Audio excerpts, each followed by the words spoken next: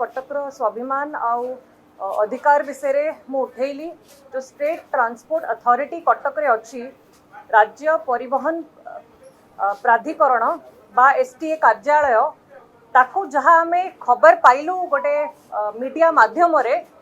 कि याकू लुचि छुपिकी से माने प्रयास करुछंती भुवनेश्वर स्थानांतर करिवा पई से ऑफिसटा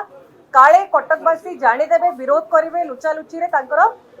प्रोसेस प्रतिक्रिया आरंभ करिछंती याकू विरोध करिकी गृह रे आज बाचस्पति महोदयଙ୍କ माध्यम रे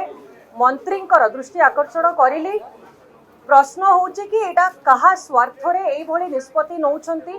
कटकटा को श्रीहीन करिवा पई जो चक्रांत आरंभ करा जायतिला पूर्व सरकार रो एबे मध्य किछि ऑफिसर बाबू मानकर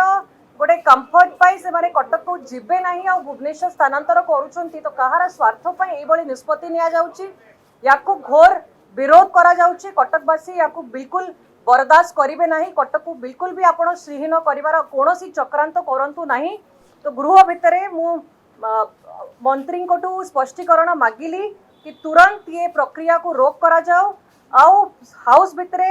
अनाउंस करंतु कि कौनसी ऑफिस की एसटी ऑफिस बिल्कुल भी कटक रु कोठी को भी शिफ्ट हो बनाई आ कौनसी गोटे भी स्टेट ऑफिस जमती कटक रु न शिफ्ट हो।